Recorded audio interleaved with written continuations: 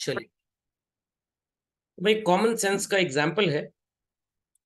आपने मैथ्स पढ़ी होगी, और अगर मैं आपसे बोलूं सेलिंग प्राइस ज्यादा है और कॉस्ट प्राइस कम है, mathematically this is called as what? Profit. Very good. And if selling price is less and cost price is more, it is called as loss. Is that clear? तो अगर आप एक businessman है या आप एक प्रोड्यूसर हैं, तो किस कंडीशन में चल रहे हैं आप बिजनेस करना पसंद करेंगे? प्रॉफिट के केस में। और कहां पे नहीं करेंगे? लॉस के केस में। तो ये जो डिसीजन ऑफ द प्रोड्यूसर है कि whether I be doing business और नॉट, इसी डिसीजन को जज करने के लिए माइक्रो इकोनॉमिक्स में कुछ थ्योरीज बनी है, and that theory is called as producers equilibrium. That is the point up to what a producer would like to produce. I repeat, a stage up to what a producer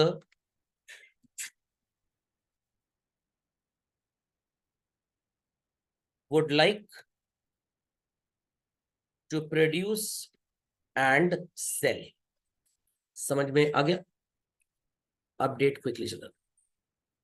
चलिए, producers equilibrium का मतलब the stage up to which a producer would like to produce and sell. अब इसी को हम क्या बोलते हैं इकोनॉमिक्स की लैंग्वेज में चिल्ड्रन? Producers equilibrium. समझ में आ गया? पक्का? तो ना वो उससे ज्यादा प्रोड्यूस करेगा ना उससे कम। कम प्रोड्यूस करेगा तो जो कमा सकता था अपॉर्चुनिटी खो देगा। ज्यादा प्रोड्यूस करेगा तो कॉस्ट ज्यादा हो गई, बट वो बिक नहीं रहा बाजार सामान में, सस्ते में बेचना पड़ा, ही वुड सफर लॉस। तो इसके लिए आपको दो बातों को ध्यान में रखना पड़ेगा, और दो लोगों की शादी करानी पड़ेगी यहाँ पे। सर किसकी किसकी? कॉस्ट की शादी करानी पड़ेगी आपको रेवेन्यू के साथ।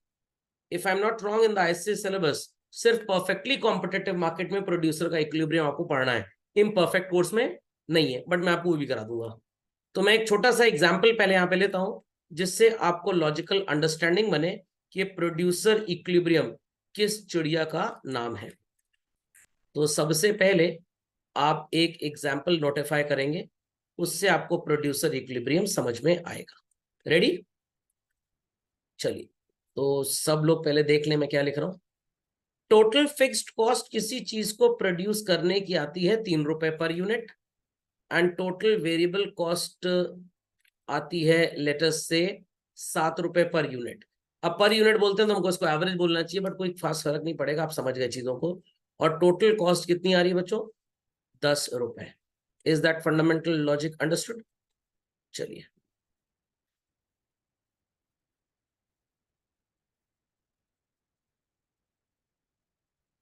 सबसे पहले हम कंपैरिजन स्टार्ट करेंगे कि हमारा रेवेन्यू क्या है और सो कॉल्ड हमारी कॉस्ट क्या है, एंड अल्टीमेटली हमें प्रॉफिट हो रहा है या लॉस।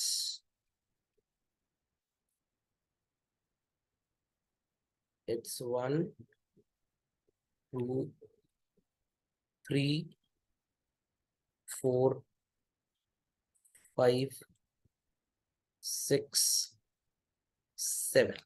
Ready to understand? मान लेते हैं कि हमारी जो कॉस्ट है टोटल वो हर बार 10 रुपए है बच्चों। ठीक। रेवेन्यू हमारा 12 रुपए है। रेवेन्यू 11 रुपये हो गया, रेवेन्यू 10 हो गया, 9 8 7 6 5। सफिशिएंट टू अंडरस्टैंड है। 12 रुपए में सामान बिक रहा और वो 10 का बन रहा था, तो it's a profit of 2 rupee. तो we should produce or we should not? We should produce. हमारा रेवेन्यू 11 रुपए है और कॉस्ट 10 रुपए है बच्चों, profit is 1। We should produce or we should not? We should. Cost 10, revenue भी 10, तो हमें नॉर्मल प्रॉफिट हो रहा है। क्या हो रहा है? Normal profit. उसके बाद बच्चों 10 रुपए कॉस्ट और रेवेन्यू 9 ही रुपए आ रहा है, 1 रुपए का लॉस है। फिर 8 रुपए रेवेन्यू, 10 रुपए cost, loss is 2 rupee. Here the loss is 3, here the loss is 4, here the loss is 5। तो अब अगर मैं आपसे पूछूं कि भाई ₹2 का प्रॉफिट हो रहा है तो हमें प्रोड्यूस करना चाहिए कि नहीं करना चाहिए? आपका जवाब क्या होगा? करना चाहिए। ₹1 में भी करना चाहिए। और नॉर्मल प्रॉफिट है बच्चों, क्या करना चाहिए? करना चाहिए। बट ₹1 का लॉस हो गया तो हमें नहीं करना चाहिए। हमें ₹2 का लॉस हो गया सर, नहीं करना चाहिए। 3 में भी नहीं करना चाहिए। बट स्टोरी में थोड़ा सा ट्विस्ट है। ₹1 का लॉस है अगर आप प्रोड्यूस करते हैं, फैक्ट्री बंद कर देंगे तब भी तो फिक्स कॉस्ट झेलनी पड़ेगी। लॉस कितना होगा? ₹3। तो प्रोडक्शन चलाने में ₹1 का नुकसान और फैक्ट्री बंद करने में ₹3 का। प्रोड्यूसर के लिए what is easy to do? वो कंटिन्यू करता जाए ये वाली यूनिट। समझ में आ गई बात? क्योंकि अगर फैक्ट्री बंद कर देगा उसे कितना लॉस झेलना पड़ेगा? ₹3 का, क्योंकि फिक्स फैक्टर्स का तो पेमेंट आपको करना ही करना है, चाहे आपकी फैक्ट्री में प्रोड्यूस हो चाहे ना हो। तो हमें यहाँ पे प्रोड्यूस करना चाहिए बच्चों या बिल्कुल भी नहीं करना चाहिए? करना चाहिए। Very good. यहाँ पे ₹2 का लॉस है, करेंगे प्रोड्यूस, क्योंकि बंद करने पे लॉस ₹3 का है। इसीलिए आपने सुना होगा कोक और पेप्सी जैसी कंपनीज लॉस हो रहा है तब भी बिजनेस क्यों कर रही हैं? क्योंकि बंद करने में लॉस और ज्यादा हो जाएगा। ₹3 का लॉस चलाने में, ₹3 का बंद करने में। चलाते हैं, शायद कुछ मैजिक हो जाए। बिजनेस करने में ₹4 का लॉस प्रोड्यूस करने में और बंद करने में ₹3 का। Should be produce children? No. और आगे भी नो। तो हम कब तक प्रोड्यूस करते रहेंगे? जब तक हमारा प्रॉफिट इन प्रोडक्शन हो रहा है, जब तक losses tend to equalize with TFC. और बंद कब कर देंगे? जब हमारा लॉस फिक्स्ड कॉस्ट से ज्यादा हो जाएगा। अब प्रश्न उठेगा दिमाग में, sir why don't you compare variable cost? भाई फैक्ट्री बंद होगी, ये तो खर्चा नहीं होगा ना, बट ये तो तब भी होगा। तो आप इसी को तो अपना लॉस मानेंगे, क्योंकि फैक्ट्री बंद, ये तो कुछ खर्च ही नहीं हो रहा, आपका फिक्स्ड कॉस्ट खर्च होगा। और चलाने में ₹4 का नुकसान, बंद करने में ₹3 का नुकसान। इट इज बेटर कि हम बंद कर दें। इस अप्रोच को बोलते हैं बच्चों total cost and total revenue approach. समझ में आई बात कि नहीं आई? तो इस एग्जाम्पल को नोटिफाई करिए, फिर 1-2 लाइनें अंग्रेजी में लिखवाता हूं। बढ़िया बढ़िया। यहां तक की कहानी मेरी जुबानी सबको समझ में आ गई?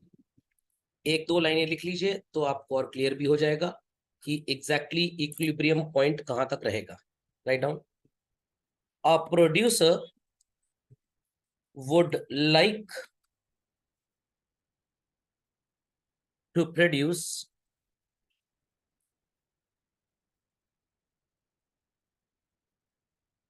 up till a point where total revenue exceeds total cost. Second, total revenue equals total cost.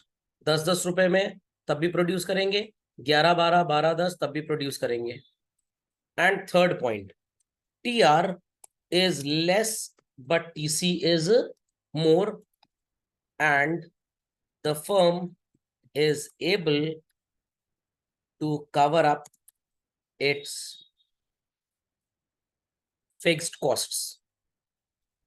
इसी थर्ड पॉइंट को आप और भी कैसे लिख सकते हैं?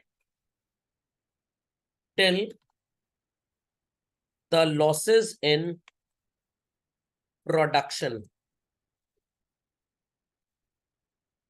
Are less than the losses in shutting down.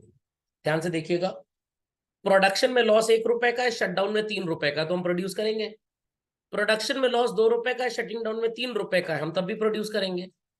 दोनों में सो कॉल्ड लॉस बराबर है, तो इसमें आप ओब्लिक करके लिख देंगे, the losses in production are less than or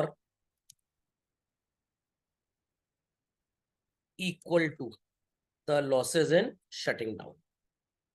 ये बात कर रहे थे जहां पे ₹3 का लॉस हो रहा है आपको, मेरा आखिरी ग्रीन टिक जो है, what it clear?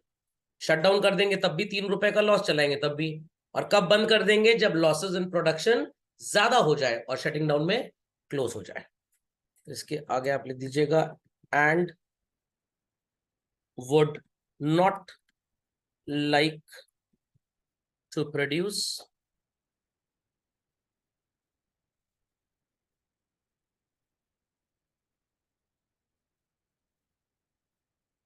when the losses in production are more than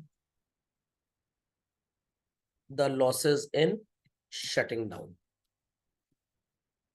तो सिंपल लैंग्वेज में पीपल अंडरस्टूड प्रोड्यूसर कहां पे इक्विलिब्रियम में रहेगा. Got it? कंफर्म? चलिए लिख लीजिए शरपट. So 2 approaches are there, total cost total revenue तो मैंने बताई दिया आप. बट इसमें एक चीज हमारी बची है, that is so called graphical presentation. तो एक ग्राफिकल प्रेजेंटेशन बना लें तो ये लगे हाथ हमारा अप टू डेट हो जाएगा. As I said, it is there only in perfectly competitive market in the ISC syllabus. तो सबसे पहले आप एक 45 डिग्री का स्लांट बनाएंगे जिसे हम बोलेंगे TR, Y axis, origin and X axis. सबको TR नजर आ रहा है बच्चों?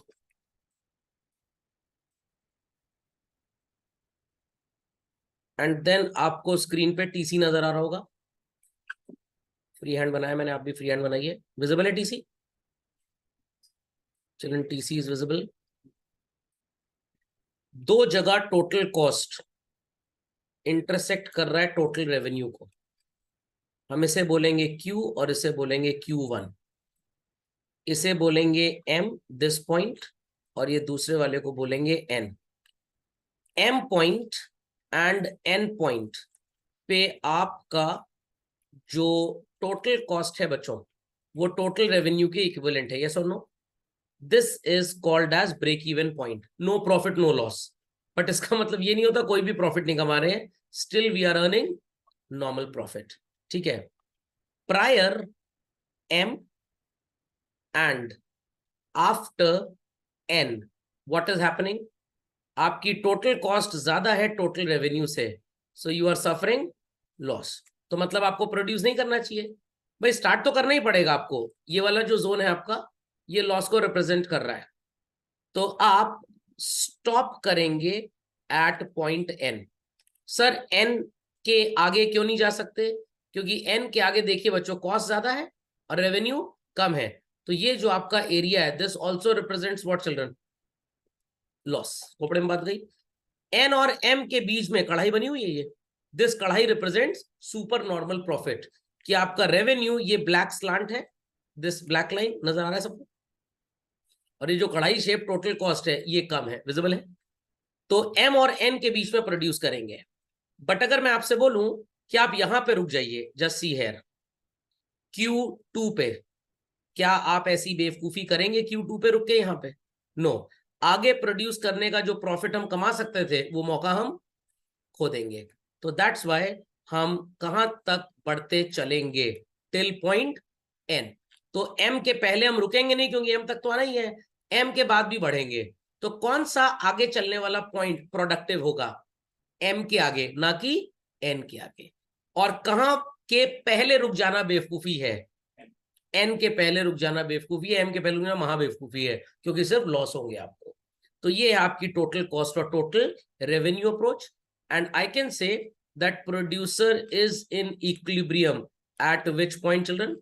Eight point N.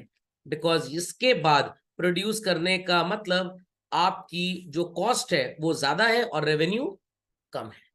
तो वैसे तो TRTC अप्रोच बहुत कम टेस्ट की जाती है, generally marginal revenue and marginal cost ही पूछी जाती है. क्यों ऐसा है उसका एक रीजन ये है कि TRTC टोटल प्रॉफिट तो बता देंगे, एक यूनिट पे कितना कमाया ये नहीं बता पाएंगे, which ultimately goes against the principles of micro economics. तो इसलिए ज्यादा tested marginal revenue marginal cost है. तो अगले लेक्चर में जब हम इसको पढ़ेंगे तो इससे पहले आपको दो बातों का ज्ञान अवश्य होना चाहिए. अगर आपको याद हो परफेक्टली कॉम्पिटिटिव मार्केट जब आप पढ़ रहे थे बच्चों, तो आपने ऐसा कुछ बनाया था, याद आया?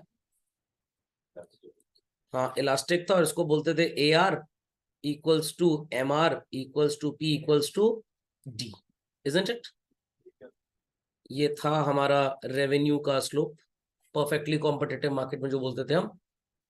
और एक चीज आपको और ध्यान में रखनी होगी, दैट इज आपका average cost and marginal cost. तो 3 बातों के कंपैरिजन से हम डिसाइड कर लेंगे what is going to happen. तो मार्जिनल कॉस्ट शायद ऐसे जाता था अगर याद हो तो, एंड एवरेज कॉस्ट लगभग ऐसे था, इजंट इट? तो इन दोनों की क्लबिंग करेंगे अपने अगले लेक्चर में, तो हम समझ जाएंगे प्रॉफिट डिटर्मिनेशन या प्रोड्यूसर का इक्विलिब्रियम कैसा होगा, इजंट इट?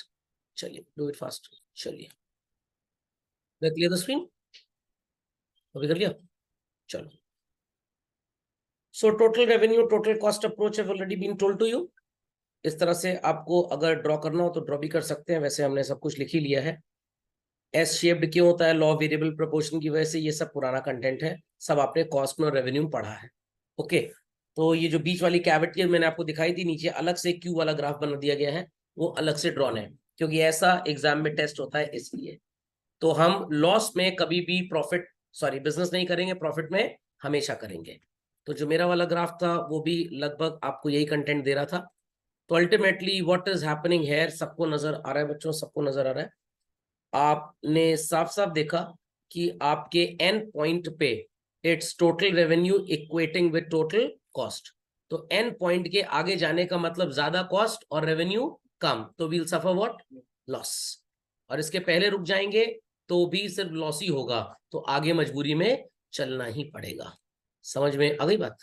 चलिए, तो ये कंटेंट आपके पास नोट्स में ऑलरेडी है, तो no need to put that, things have been explained. तो परफेक्ट और इम्परफेक्ट कंपटीशन, मेरे पास दोनों कंटेंट है आपके कोर्स में, तो सिर्फ परफेक्ट है, but I teach you both. Okay, तो अगले लेक्चर के लिए हम इसको पढ़ेंगे। हेडिंग डाल लीजिए, determination of equilibrium using marginal revenue and marginal cost approach. और 3 ग्राफ रेडी कर लीजिएगा अलग अलग, AR/MR का एक अलग पैरेलल टू एक्स एक्सिस जैसे मैंने ड्रॉ किया था, एवरेज कॉस्ट मार्जिनल कॉस्ट का एक साथ। ओके, चलिए, दैट्स ऑल फॉर टुडे।